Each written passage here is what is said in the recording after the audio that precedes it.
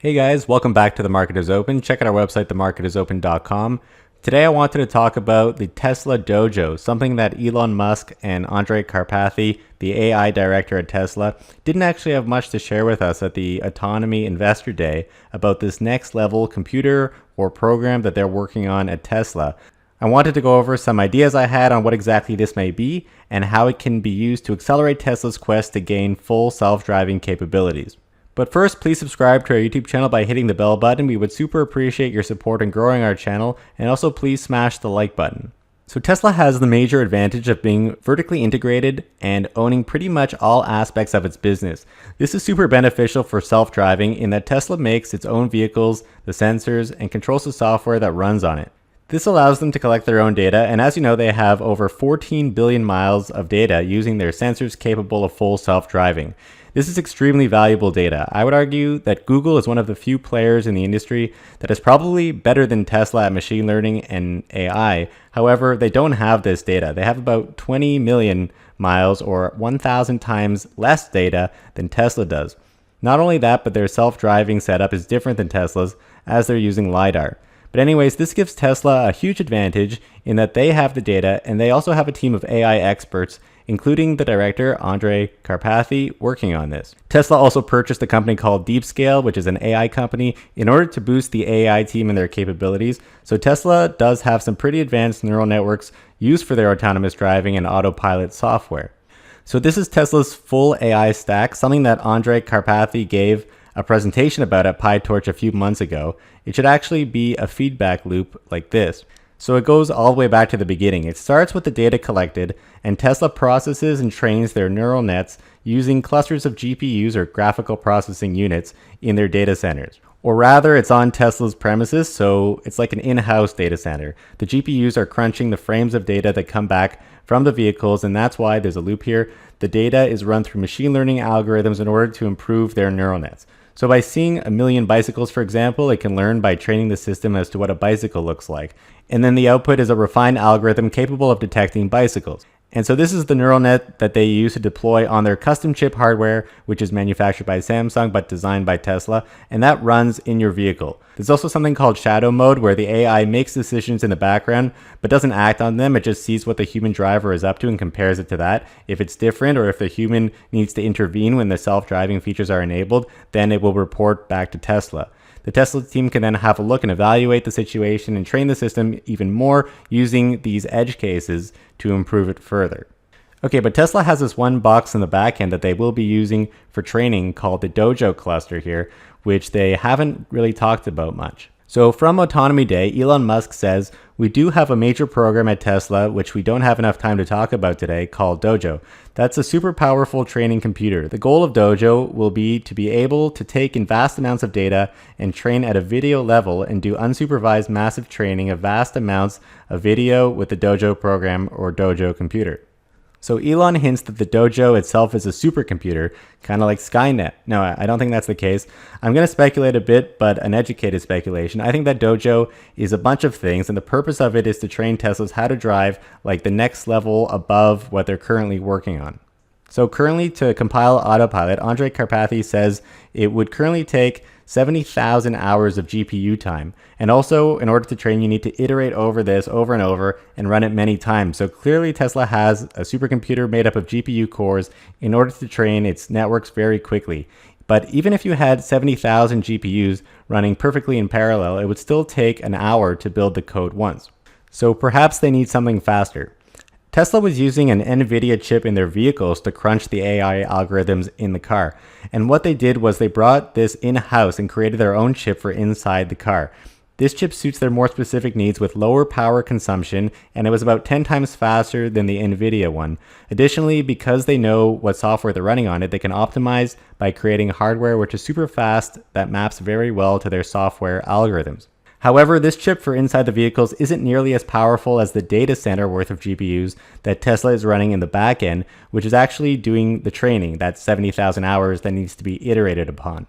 And as Tesla says, they're using GPUs, which are graphic processing units, however, they're general purpose, meaning that they're normally used for a vast array of different operations. But anyways, Karpathy says that they want to do this, create their own chips for the back-end training, because clearly Tesla wants the training to be much faster than that 70,000 hours. Even with the 70,000 GPUs, it still takes an hour, which is a long time for a developer to wait around just to build the entire code once. So that's what I think Dojo is from a hardware standpoint, a much more optimized ASIC for training neural networks. However, I think Dojo is more than that in total. The word dojo is Japanese for a space for learning or meditation, and as you know, it's also used in martial arts for training. So Tesla clearly chose a name to represent what they're going to be doing with these chips. So let's talk about the software that I think will be running on them. So I'll try to explain my thinking by starting with Google, because they have some of the most advanced AI machine learning in the world, and I think there's a few similarities between what Google has done and what Tesla is up to, and how do they relate with Tesla. So a few of these things come to mind when I think about the Google's AI. The first is the game Go, and it took Google years to be able to beat the best human player in Go, and people thought that this wouldn't be possible for a very long time. But then Google decided to do something interesting with a program called AlphaZero, or AlphaGo Zero, in which they had the program start from nothing and play itself over and over in Go. And it took about 40 days of training, but within the first 3, it was able to beat the original other AlphaGo program and became by far the best Go player in the world after 40 days, surpassing any human and machine. And I just wanted to note that the first program, AlphaGo, learned from, I guess, watching millions of human games, while AlphaZero, the one that beat it, didn't do that at all. It learned on its own from scratch by playing itself over and over. So I think Tesla wants to do something like this. However, the game Go is an enclosed board game with rules and boundaries. And so the game itself is essentially a simulation. And the thing with driving, though, is that you need a simulator for driving, because driving is a much more complex problem. Now, that said, Elon Musk has stated that Tesla does in fact have a pretty good driving simulator. But he did say that you almost have to solve the self-driving problem first in order to create a very realistic simulation. So I guess that's true, but what Tesla could be doing up until now is improving their simulation using all of their data collected from real vehicles driving around. If you have a pretty good simulation, you could put a virtual Tesla in it and have it go drive around and learn to play against the simulation. And this is, I guess, kind of like the second thing that comes to mind about Google was I remember watching their AI play a video game, and I can't remember what game it was, but let's say it was Super Mario. I think it was actually some Atari game. But at first, the AI of Mario is just figuring out how to move and how to jump by randomly pressing buttons. But pretty soon it's falling into holes, and it learns that, okay, that's not a good thing, that's bad. So we need to maximize the safety for Mario, and maybe coins or points or something, some incentive for the game to act positively.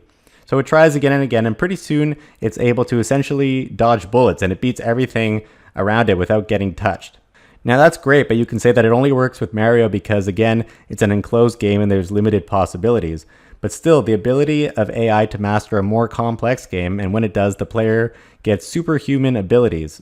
So if I can relate this to Tesla, I think that if the simulation got better, there's no doubt that an AI can master the game with superhuman skill, and obviously this is the holy grail for Tesla's self-driving program.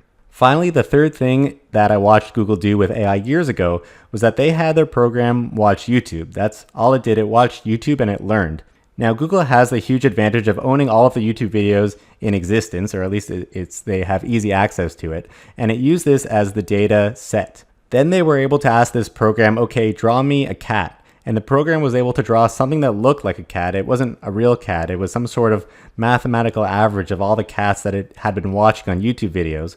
But still, it was able to learn what a cat was without being told. So this was unsupervised learning, and it's just looking for patterns, and Google crunched the numbers in its supercomputer, and the program could probably draw whatever you asked it to draw, as long as it had been seen in some of the YouTube videos. So I think the Tesla Dojo project is a couple of these concepts maybe coming together. Tesla has tons of video footage of people driving as recorded by the sensors in the car. They have a forward-facing radar, they have 8 cameras and ultrasonics, and they could also combine it with other inputs such as a bird's eye view of GPS maps, for example. Now, they've also been working on a simulator using that data that they've collected, and essentially Tesla is kind of like YouTube. They have all the access to all of the driving data, just like Google had easy access to every single YouTube video ever published.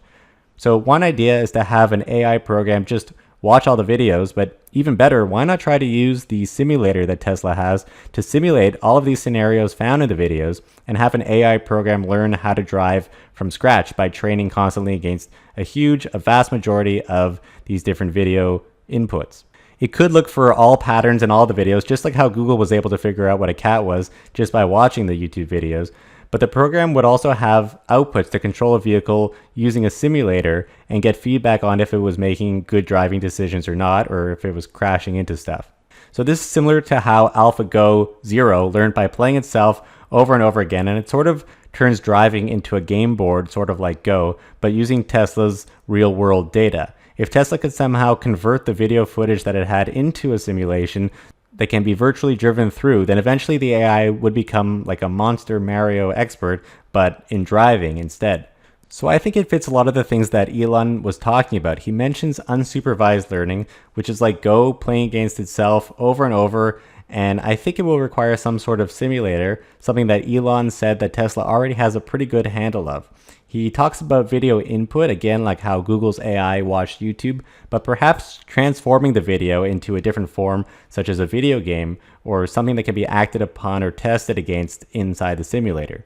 So this fits perfectly for Tesla because they have all of the driving data basically for the entire industry. No one else has any kind of data except for maybe Google's Waymo, but 1,000 times less than what Tesla has. Now, finally, they just need some sort of supercomputer to crunch that data, and I think they're working on custom Dojo hardware in order to run these vast simulations millions of times over and over to teach the program. So I think that's what Dojo is, a way to accelerate the rate of improvement of self-driving using advanced machine learning techniques similar to what Google has done. Unfortunately for Google, they don't have the kind of data or video that Tesla has collected from all of their vehicles. But due to Tesla's vertical integration of having hardware and software in-house, this puts Tesla at a massive lead in autonomous driving, and the lead could get even wider with Dojo.